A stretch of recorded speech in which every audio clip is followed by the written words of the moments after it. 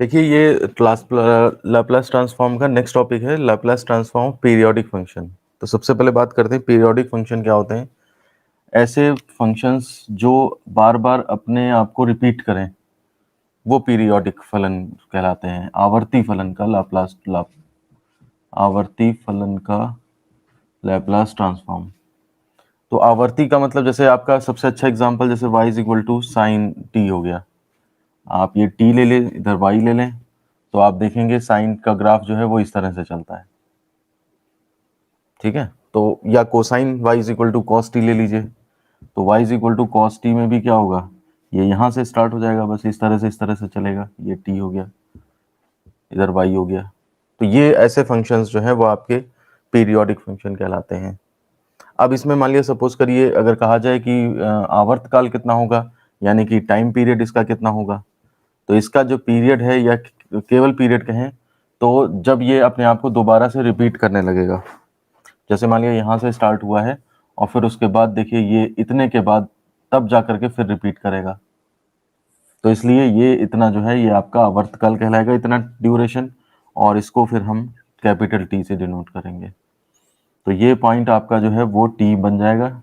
यानी कि हम कह सकते हैं कि जीरो पे जो वैल्यू है वही टी पे आएगी वैल्यू, वही फिर 2t पे आएगी, वही फिर 3t पे आएगी, वही 4t पे आएगी।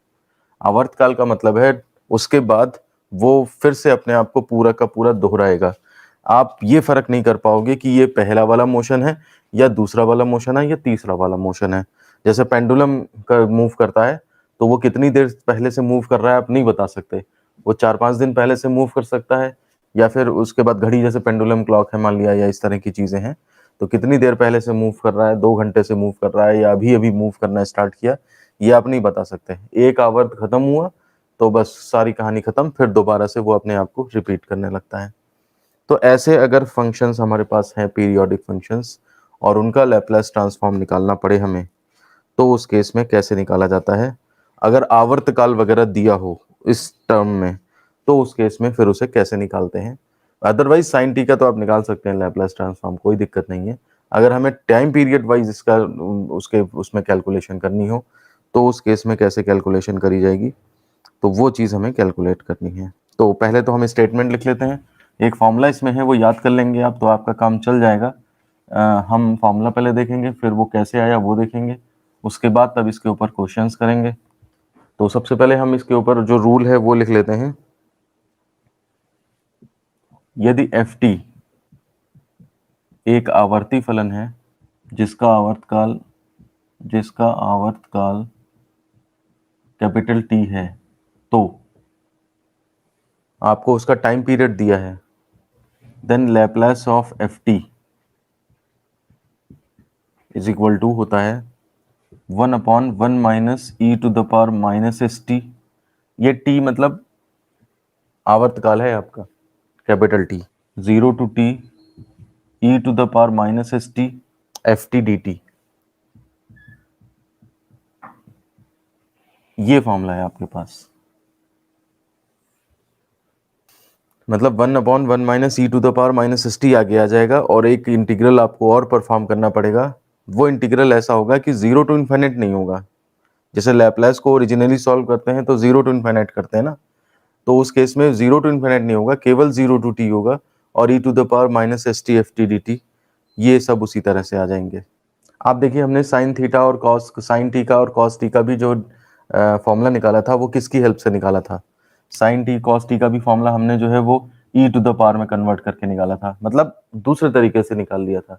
अगर हम इंटीग्रल से परफॉर्म करते तो इंटीग्रल से परफॉर्म करने में साइन का एक बार इंटीग्रेशन बाई पार्ट्स करते कॉस बनता, कॉस का फिर साइन, साइन का फिर कॉस, वो सॉल्व नहीं हो पाता।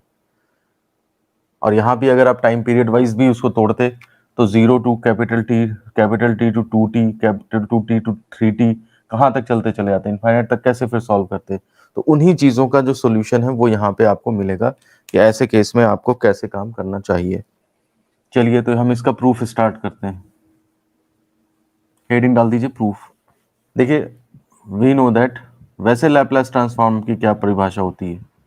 वैसे लैप्लास ट्रांसफॉर्म की परिभाषा ये होती है, Laplace of f t is equal to 0 to infinite e to the power minus s t f t d t. थोड़ा सा हम कैपिटल एफ टी से डिनोट करते रहे हैं, यहाँ पे भी कैपिटल एफ टी चला सकते हैं, कोई दिक्कत नहीं है। तो जो भी फंक्शन का लैपलेस ट्रांसफॉर्म निकालना है, डेफिनेशन ये कहती है कि आप उसे e to the power minus s t के साथ रखें और फिर 0 टू इन्फिनाइट इंटीग्रेट कर दें। अब देखिए 0 टू इन्फिनाइट जब इंटीग्रेट करेंगे तो हम इस रेंज को टाइम पीरियड पे तोड़ते हैं जरा। जैसे मान लिया सपोज करिए ये 0 से लेकर के इन्फिनाइट तक का केस है, तो आप इसको t 2t 3t 4t ऐसे करके कर लीजिए। तो अगर हम इस रेंज को ऐसे ब्रेक करें तो देखिए 0 to t e to the power minus s t f t d t plus t to 2t e to the power minus s t f t d t plus 2t to 3t e to the power minus s t f t d t, और ऐसे करते करते करते करते आपका last infinite तक चलता चला जाएगा। इसको हम ऐसा करते हैं i1 plus i2 plus i3 plus so on up to infinite terms तक मान लेते हैं, where i1 is equal to आपका है 0 to t e to the power minus s t f t d t, comma i2 is equal to है t to 2t, वही सारा लिख दीजिए। i3 इज इक्वल टू है two t to 3t and dash dash dash comma so on, आपके ऐसे मिलते चले जाएंगे। तो कहने का मतलब है हमने रेंज तोड़ी और रेंज तोड़ने के बाद इनको अलग अलग सेपरेट एक एक वैल्यू मान ली है। अब इनका देखेंगे हम क्या होता है। इसको आप इक्वेशन नंबर फर्स्ट मान लीजिए। अब देखिए इसमें i1 को तो जो है सो है, कोई बात नहीं। हम i2 को जरा पकड़ते हैं।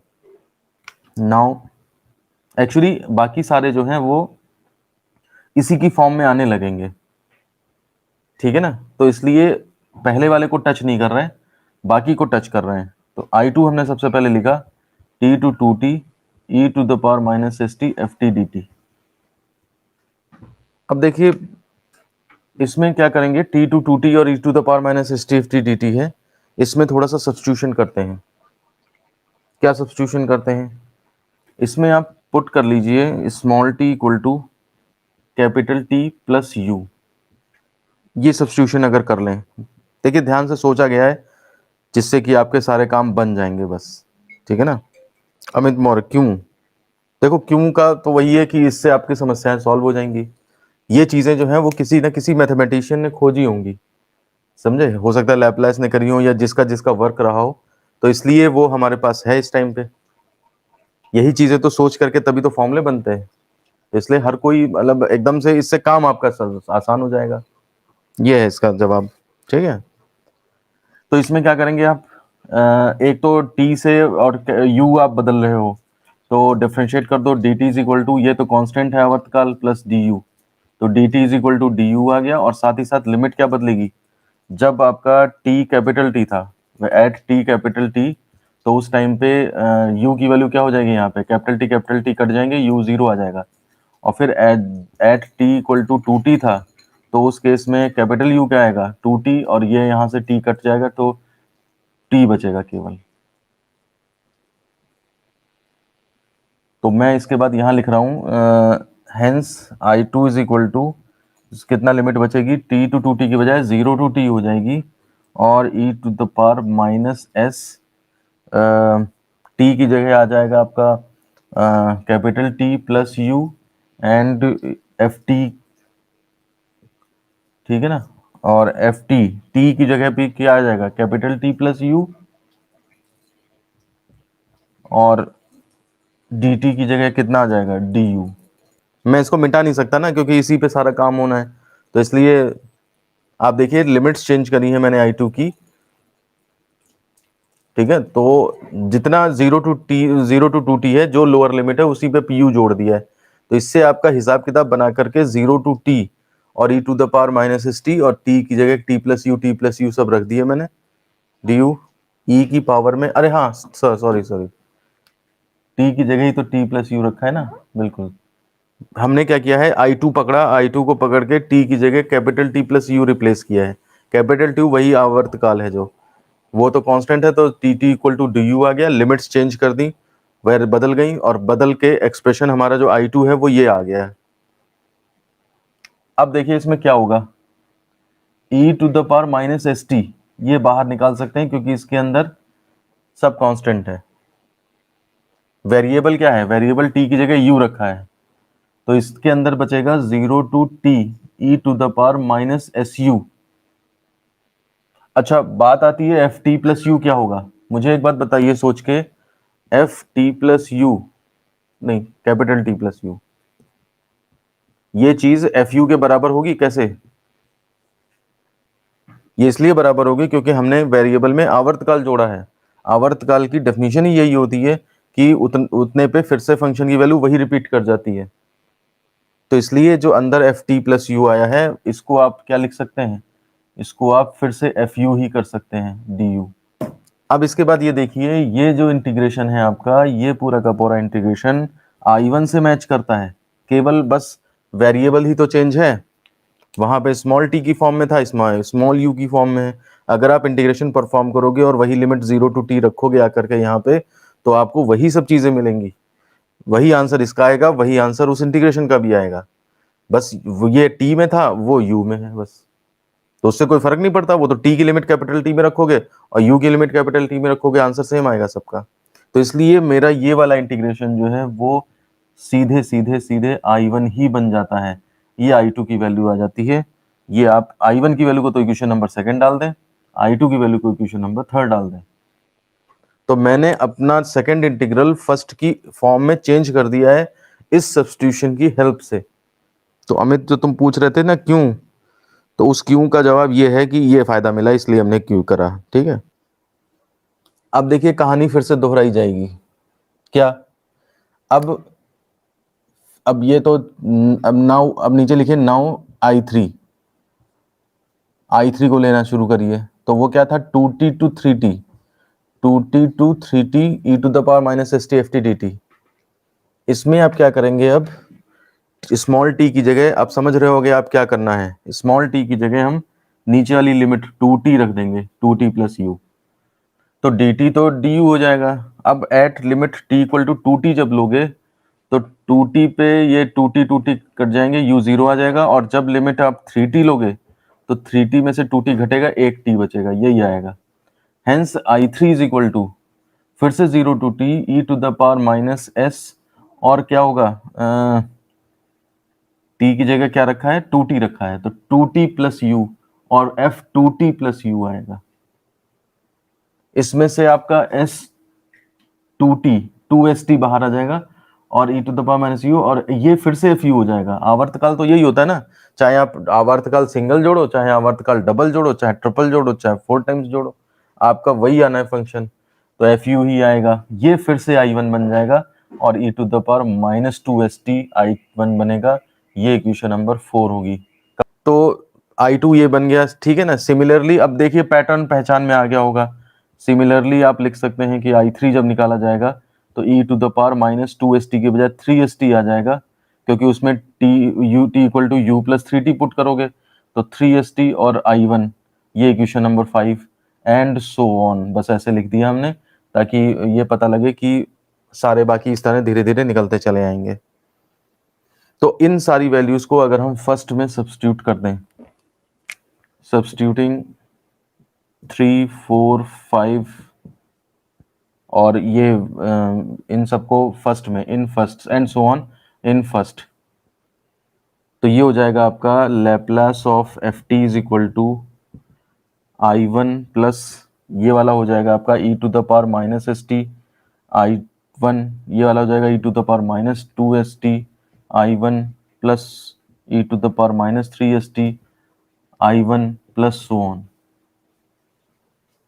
इसमें I1 कॉमन ले लेंगे आप, 1 plus e to the power minus s t plus e to the power minus 2st plus e to the power minus 3st plus so on.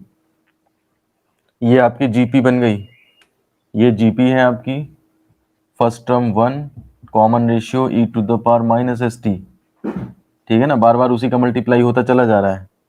और तो सम ऑफ इनफाइनाइट टर्म्स, ऐसे इनफाइनाइट फॉर्मूला क्या होता है, a by 1 minus are, तो वो apply कर रहे हैं हम, तो ये इज इक्वल टू हो जाएगा I1 ब्रैकेट और a मतलब 1 अपॉन 1 माइनस r का मतलब e to the power minus s t. मुझे नहीं लगता आप कोई दिक्कत होगी आप लोगों को, है ना, ये समझ में आ गया होगा। जीपी का इनफाइनाइट टर्म्स का सम पता ही होगा आपको, तो वो चीज़ हमने यहाँ पे अप्लाई कर दी है, मैंने फिर भी लिख दिया है आपको, अदरवाइज इतना अब आप कैपेबल हैं कि ये डायरेक्ट लिख सकते हैं, ठीक है ना। चलिए अब इसमें I1 की वैल्यू सब्स्टिट्यूट कर दीजिए, सब्स्टिट्यूटिंग I1 फ्रॉम सेकंड में सबको माना था ना I1 I2 I3, तो ये आपका जो है वो हो जाएगा, I1 की वैल्यू वही इंटीग्रल है ना, तो उसको अगर हम रख दें तो ये आगे लिख दीजिए 1/1 minus e to the power minus s t, और ये चीज़ जो है वो आ जाएगी I1 का मतलब 0 to t। देखिए इंटीग्रल सॉल्व नहीं हो पाया है, लेकिन हमारा जो रेंज थी इनफाइनाइट तक, वो रेंज सिमट के 0 to t आ गई है आपकी, तो 0 to t और e to the power minus s t f t d t, ये आपका फॉर्मूला आता है Laplace of periodic function f t. कायदे में कैपिटल एफ ही चला लेना था, पूरे चैप्टर में तो हमने कैपिटल एफ चलाया, यहाँ पे स्मॉल एफ कर दिया, तो उससे कोई फर्क नहीं पड़ता। खैर वो तो आपको उसी चीज तरह से वो समझनी है चीजें ना, कोई उसमें वो बड़ी बात नहीं है। तो इसका मतलब पीरियोडिक फंक्शन के केस में पीरियड पे 1/1 minus e to the power minus s t 0 to t, limit ध्यान रखिएगा, एक पीरियड के बराबर की लिमिट हो जाती है, और e to the power minus s t f t d t. इसके क्वेश्चंस जब हम करेंगे तब भी देखिएगा, अभी इसमें को थोड़ी सी प्रॉब्लम आएगी, ठीक है। एक क्वेश्चन मैं अभी ले लेता हूं, और बाकी फिर बाकी क्वेश्चन प्रैक्टिस कल कराऊंगा, तो उसमें और इंक्लूड कर लूंगा क्वेश्चन है देखिए, यदि फॉर्मूला लिखा रहने देता हूं, है, यदि f t is equal to k small t upon capital T, k small t upon capital T, comma t between 0 to capital T, तथा f small t plus capital T is equal to f t, ये जो चीज दी है ये बता रही है आपको कि हमारा फंक्शन पीरियोडिक है, ब्रैकेट में सॉ टूथ कर्व है, तो लैप्लास ऑफ एफ टी का मान बताइए।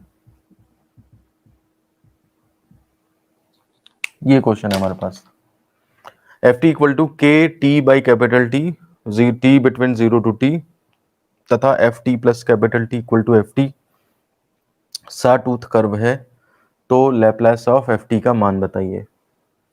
तो सबसे पहली बात तो इस क्वेश्चन में यह है कि आपको ये पता होना चाहिए, थोड़ा सा सा टूथ कर्व दिया है, इसके ऊपर डिस्कशन कर लेते हैं। सा टूथ कर्व में क्या होता है कि इस तरह का नेचर होता है फंक्शन का, एफ ये टी है इधर, ये एफ टी है, और आपका इस तरह से ये इस तरह से,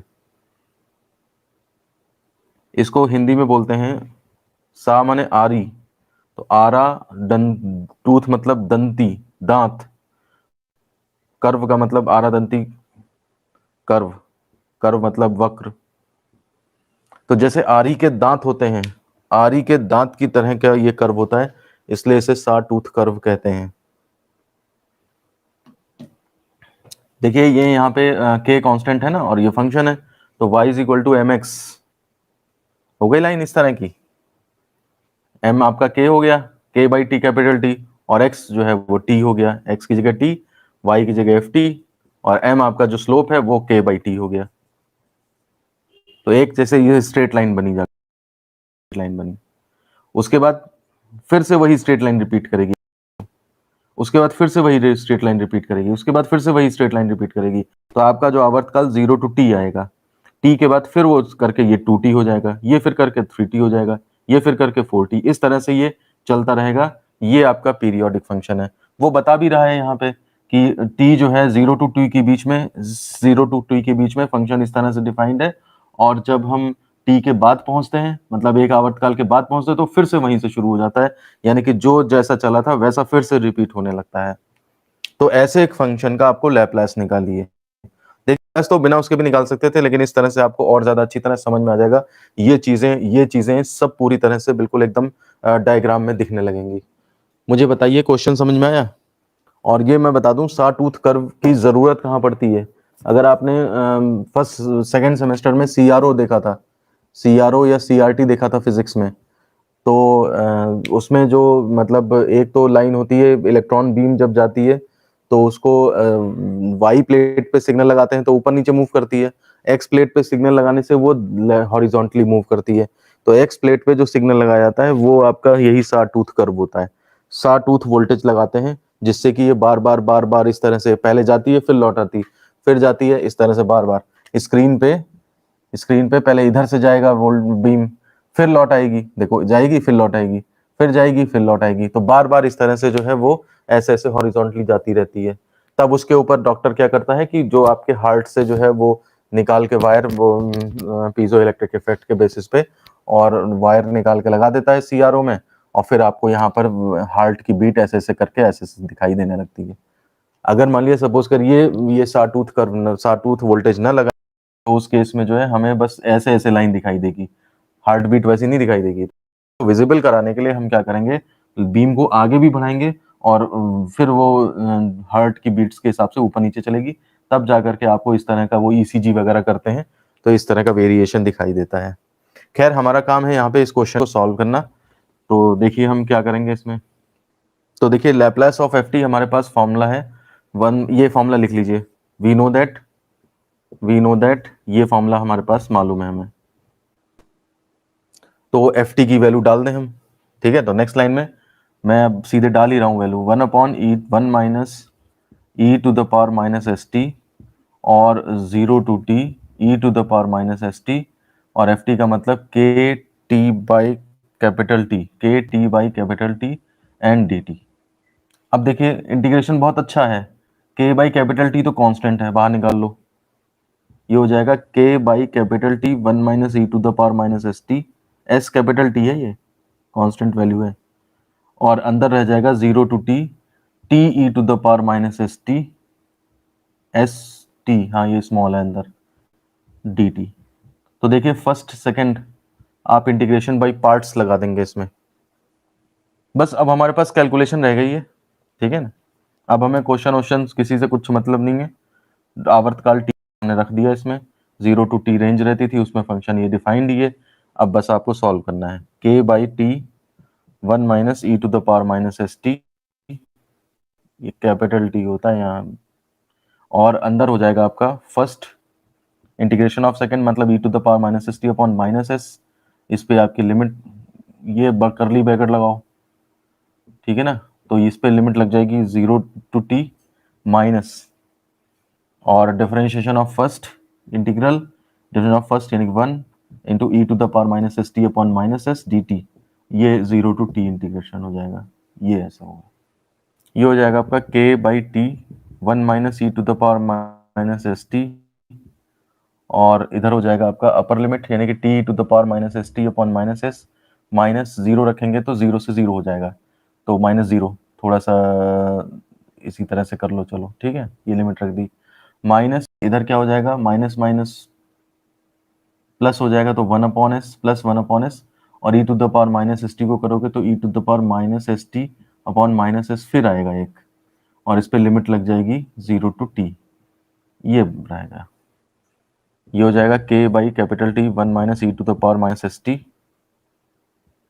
और अंदर हो जाएगा t e⁻ upon -s, minus फिर बीच में आ जाएगा 1/s² और लगाओगे तो e⁻ माइनस e⁻0 यानी कि 1, और इसको सॉल्व कर दीजिए थोड़ा सा, तो ये हो जाएगा, देखिए 1 - e⁻t वहां भी आप बन सकता है, तो k by capital T 1 - e⁻ अंदर हो जाएगा आपका, ये माइनस का बन रहा है तो minus t e⁻ upon s, और ये आप माइनस कॉमन ले लीजिए तो प्लस 1/s², 1 - e⁻ देखो मल्टीप्लाई कर दो तो t ये कटेगा और यहाँ पे जाके इसके साथ तो ये ब्रैकेट कट जाएगा, तो इसलिए आप इसको खोल दीजिए, तो ये आगा आपका, इसको बाद में लिखो, माइनस का है तो बाद में लिख लो, उसको पहले लिख लो, तो या कैसे करोगे बताओ, पहले उसको एक लाइन में पहले ऐसे करो, पहले उसे आगे लिख लो, एक साथ करने पे फिर बाद में समझ नहीं आएगा आपको, 1 upon s square 1 minus e to the power minus s t minus t e to the power minus s t upon capital S, capital T है ये। अब स्मॉल टी तो खत्म ही हो गया एक्सप्रेशन से, तो ये आपका हो जाएगा जाकर के, तो के बाई कैपिटल टी, वो ब्रैकेट कटा बस, और s square k by t into s square minus, उधर जब मल्टीप्लाई करोगे तो टी कटेगा बस, के बाई एस और अपॉन में ब्रैकेट रहेगा k by s e to the power minus s t, k e to the power minus s t upon 1 minus e to the power minus s t. ये आपका answer आएगा Laplace का, k by t s square, ठीक, minus k e to the power minus s t s upon 1 minus, बिल्कुल सही है, ठीक है ना। तो इस तरह से थोड़ा सा कैलकुलेशन है इसमें, लेकिन ये है कि क्वेश्चन जो है कंप्लीट हो गया हमारा, समझना है बस आपको, ठीक है ना। चलिए तो फिर क्लास खत्म करते हैं, कल हम फिर क्वेश्चन प्रैक्टिस कर लेंगे कुछ लैपलास के क्वेश्चंस की। एक क्वेश्चन इससे भी रिलेटेड देख लेंगे पहला यही, क्योंकि इसका एक और टाइप होता है जिसमें कि ये प्रॉब्लम कर देता है थोड़ी सी, तो वो चीज़ देख लेंगे और कुछ और क्वेश्चंस देख लेंगे लैपलास के, ठीक है। तो फिर क्लास को ख़त्म करते हैं, थैंक यू।